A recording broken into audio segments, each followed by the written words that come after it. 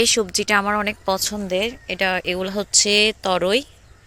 এটা চিংড়ি মাছ দিয়ে রান্না করলে ভীষণ ভালো লাগে। আর এই যে দেখেন কত সুন্দর একটা জায়গা, চারপাশে একদম সবুজ আর সবুজ। এগুলো হচ্ছে আলু ক্ষেত, গোল আলু। এখানেও একটা তরই আছে, মানে ধুন্দুল।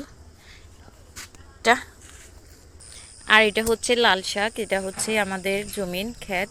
আর এই যে দেখেন লাল শাকের পরে হচ্ছে কুমড়া শাক। তারপরে এই যে আমার কাছে এখানে আসলে একদম মনটা ভালো হয়ে যায়। এটা আমাদের মানে সবজি ক্ষেত, দেখেন অনেকগুলা। আর এই যে ফ্রেশ ধনিয়া পাতা।